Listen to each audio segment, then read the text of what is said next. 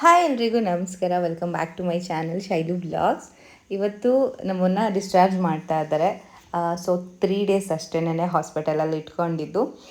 ಬುಜ್ಜಿ delivery ಆದಾಗ I think 6 to 7 days ಹಾಸ್ಪಿಟ್ಲಲ್ಲೇ ಇದ್ವಿ, ಅದು ಇದು ಅಂದ್ಕೊಂಡು. ಬಟ್ ಇವಾಗ 3 ಡೇಸ್ಗೆ ಡಿಸ್ಚಾರ್ಜ್ ಆಗ್ತಾ ಇದ್ದೀವಿ. ಅದು ಏನೋ ಒಂಥರ ಖುಷಿ, ನಮ್ಮ ಮನೆಗೆ ಹೋಗ್ತಾ ಇದ್ದೀವಲ್ಲ ಅಂತ ಅಂದ್ಬಿಟ್ಟು ನಾನಿವಾಗ ಫೇಸ್ ವಾಶ್ ಮಾಡಿ ರೆಡಿ ಆದೆ. ಹೋಗ್ಬೇಕಾದ್ರೆ ಡ್ರೆಸ್ ಒಂದು ಚೇಂಜ್ ಮಾಡ್ಕೋಬೇಕು ಮತ್ತು ಏನೇನೆಲ್ಲ ಇದೆ ಎಲ್ಲನೂ ಪ್ಯಾಕ್ ಮಾಡ್ಕೊಬಿಡ್ತಾ ಇದೆ. ಮಮ್ಮಿ ಮನೆಗೆ ಹೋಗಿದ್ದಾರೆ ಇವತ್ತು. ಕಂಪ್ಲೀಟ್ ಮನೆಯೆಲ್ಲ ಕ್ಲೀನ್ ಮಾಡಿಸ್ತಾಯಿದ್ರು. ಅಂದರೆ ಬೆಳಗ್ಗೆ 6 o'clockಗೆ ಹೋದರು. ನನ್ನ ಡಿಸ್ಚಾರ್ಜ್ ಬಂದುಬಿಟ್ಟು 11:30 ಹಿಂಗಾಗುತ್ತೆ. ಇಷ್ಟು ದಿನ ಕೆಲಸಕ್ಕೆ ಯಾರೂ ಬರಬೇಡಿ ಅಂತ ಹೇಳಿದ್ವಿ, ಯಾಕಂದರೆ ಮನೇಲೂ ಏನೂ ಅಷ್ಟು ಕೆಲಸ ಇರಲ್ವಲ್ಲ. ಸೊ ಇವಾಗ ರಿಮೈನಿಂಗ್ ಏನೇನು ಕೆಲಸ ಇದೆ, ನನ್ನ ರೂಮು ಆಲ್ರೆಡಿ ಕ್ಲೀನ್ ಮಾಡಿ ಬಂದಿದ್ದೀವಿ. ಈ ಬ್ಲ್ಯಾಂಕೆಟು ಬೆಡ್ಶೀಟು ಎಲ್ಲ ತೆಗೆದು ಸ್ವಲ್ಪ ಅರೇಂಜ್ ಮಾಡೋದಿರುತ್ತೆ ಅಲ್ವಾ, ಅದನ್ನೆಲ್ಲ ಮುಗಿಸ್ಬಿಟ್ಟು ಬ್ರೇಕ್ಫಾಸ್ಟ್ ತೊಗೊಂಡು ಬರ್ತೀನಿ ಅಂತ ಹೇಳಿದ್ದಾರೆ ಮಮ್ಮಿ. ಸೊ ನೋಡಬೇಕು. ಅಷ್ಟರಲ್ಲಿ ನಾನು ಸಣ್ಣ ಪುಟ್ಟ ಏನೇನು ಎತ್ತಿಟ್ಕೋಬೇಕಲ್ವ ಅದನ್ನೆಲ್ಲ ಎತ್ತಿಟ್ಕೋತಾ ಇದ್ದೆ. ನಮ್ಮ ಪಾಪು ಎದ್ದು ಆಟಾಡ್ತಾ ಇದ್ದಾನೆ. ಸೊ ಅವ್ನ ಕೈ ಕಾಲು ಎಲ್ಲ ಅಲ್ಲಾಡಿಸ್ತಾ ಇದ್ದಾನೆ, ನಿಮಗೆ ಕಾಣಿಸ್ತಾ ಇರ್ಬೋದು. ಸೊ ಅಳ್ತಾ ಇಲ್ಲ, ಆಟಾಡ್ತಾ ಇದ್ದಾನೆ ಅಷ್ಟೇನೆ.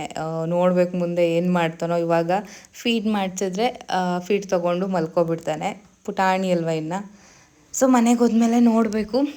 ನಾನಂತೂ ಸಿಕ್ಕಾಪಟ್ಟೆ ಖುಷಿಯಾದೆಪ್ಪ, ಫೈನಲಿ ಡಿಸ್ಚಾರ್ಜ್ ಆಗ್ತಾಯಿದ್ದೀವಿ, ನಮ್ಮ ಮನೆಗೆ ಹೋಗ್ತಾಯಿದ್ದೀವಿ ಅಂತ. ಅಂದರೆ ಹಾಸ್ಪಿಟ್ಲಲ್ಲಿರೋದಕ್ಕೂ ನಮಗೆ ನಮ್ಮ ಮನೆಗೆ ಹೋಗೋದಕ್ಕೂ ತುಂಬಾ ಬೇರೆ ಥರ ಫೀಲ್ ಆಗುತ್ತೆ. ಸೊ ಹಾಸ್ಪಿಟಲಲ್ಲಿದ್ದು ಇನ್ನು ಎಷ್ಟು ದಿನ ಆಗುತ್ತೋ ಮನೆಗೆ ಹೋಗೋದು ಅಂತ ಅನ್ಕೋತಾ ಇದ್ದೆ. ಅಂದರೆ ನನಗೆ ಪೇಯ್ನ್ ಎಲ್ಲ ಹೆಂಗಿದೆ, ತುಂಬ ಪೇಯ್ನ್ ಇದ್ದರೆ ಇಟ್ಕೋತಾರೆ. ಆ್ಯಂಡ್ ಏನು ಅಂತಂದರೆ 3 ಡೇಸ್ ಅಷ್ಟೇ ಇಂಜೆಕ್ಷನ್ ಕೊಡೋದು. ಇನ್ನು ಮನೆಗೆ ಟ್ಯಾಬ್ಲೆಟ್ಸ್ಗಳನ್ನ ಕೊಟ್ಟಿದ್ದಾರೆ. ಪೇಯ್ನ್ ಕಿಲ್ಲರ್ ಏನಾದರೂ ಜಾಸ್ತಿ ಪೇಯ್ನ್ ಇದೆ ಅಂತ ಅಂದರೆ ಟ್ಯಾಬ್ಲೆಟ್ಸ್ಗಳನ್ನ ತೊಗೋಬೋದು ಅಂತ.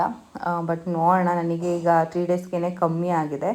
ವಾಕೆಲ್ಲ ಮಾಡ್ತಿದ್ದೀನಿ ನಾರ್ಮಲಾಗಿ ಅಂತ ಅಂದರೆ ಪೇಯ್ನ್ ಕಿಲ್ಲರ್ ಎಲ್ಲ ಅಷ್ಟು ನೆಸೆಸಿಟಿ ಇಲ್ಲ ಅಂತ ನಾನು ಅಂದ್ಕೊಂಡಿದ್ದೀನಿ.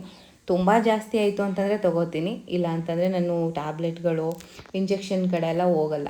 ಮತ್ತು ನಂದು ರಿಪೋರ್ಟು, ಪಾಪು ರಿಪೋರ್ಟು ಎಲ್ಲನೂ ತಗೊಳ್ತಾ ಇದ್ದೆ.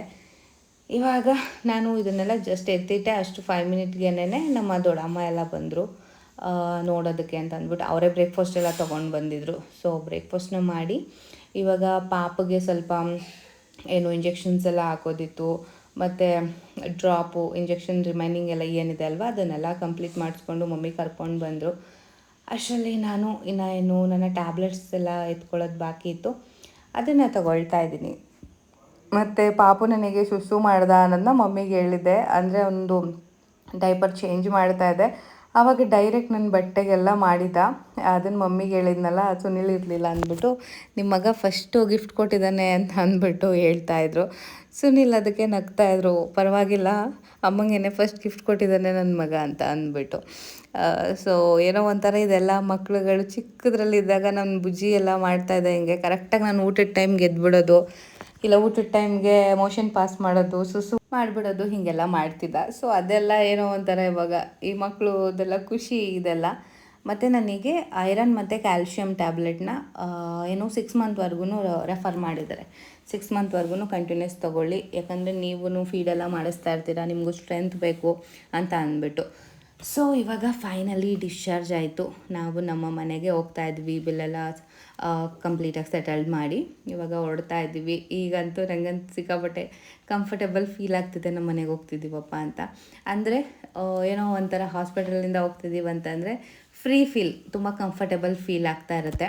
ಎಷ್ಟು ಬೇಗ ಹೋಗ್ತೀವೋ ಅನ್ನೋ ರೀತಿಯೂ ಆಗಿಬಿಡುತ್ತೆ ಸಮ್ ಟೈಮ್ ಹಾಸ್ಪಿಟಲಿಂದ.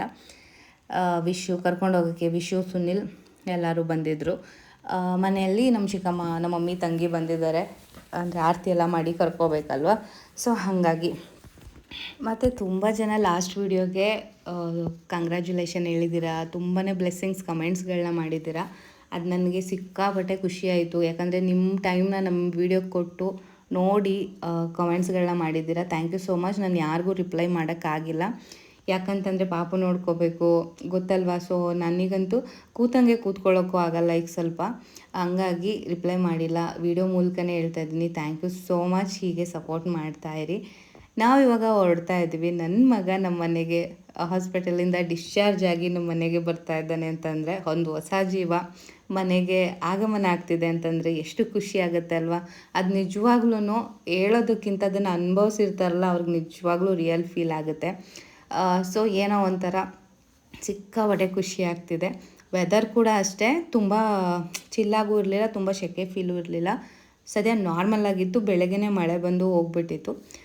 ಇವಾಗ ಆರತಿ ಎಲ್ಲ ಮಾಡೋದಕ್ಕೆ ಅಂತ ಅಂದ್ಬಿಟ್ಟು ನಮ್ಮ ಚಿಕ್ಕಮ್ಮ ಎಲ್ಲ ರೆಡಿ ಮಾಡಿಕೊಂಡು ಬಂದಿದ್ರು ಆಚೆ. ಅಂದರೆ ನಮ್ಮದು ಸೆಕೆಂಡ್ ಫ್ಲೋರಿಂದ ಇವಾಗ ಗ್ರೌಂಡ್ ಫ್ಲೋರಿಗೆ ಬರಬೇಕು ಅಲ್ವಾ. ಸೊ ಹಾಗಾಗಿ ಎಲ್ಲ ತೊಗೊಂಡು ಬಂದರು. ಆರತಿ ಮಾಡಿ ಅಂದರೆ ಸಿಂಪಲ್ಲಾಗೇ ನನಗೇನು ಅಂತಂದರೆ ಈ ವೆಲ್ಕಮ್ ಎಲ್ಲ ಮಾಡಿಸ್ಕೊಳ್ಳೋಂಥ ಇದರಲ್ಲಿ ಇರಲಿಲ್ಲ ನಾನು. ಬಿಕಾಸ್ ನೆಕ್ಸ್ಟ್ ವಿಡಿಯೋದಲ್ಲಿ ಹೇಳ್ತೀನಿ ಏನೇನೆಲ್ಲ ಆಗಿತ್ತು ಅಂತ ಅಂದ್ಬಿಟ್ಟು.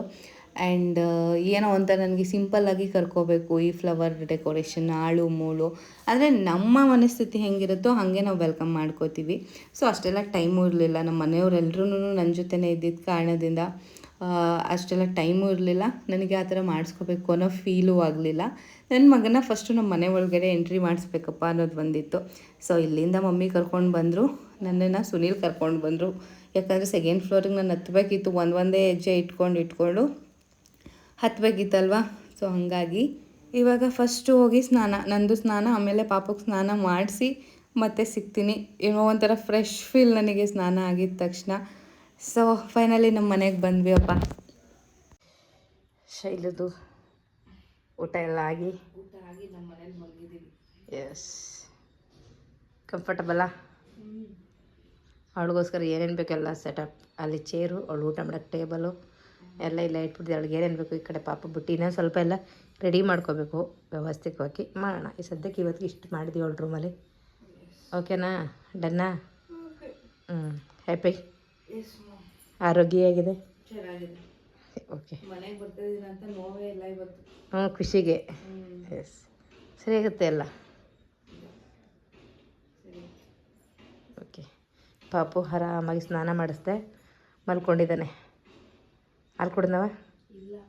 ಹಾಲು ಕುಡಿಸಿಲ್ವಾ? ಅವನು ಸ್ವಲ್ಪ ನಿದ್ದೆ ಚೆನ್ನಾಗಿ ಮಾಡ್ತಾನೆ. ಶಕೆನಾ?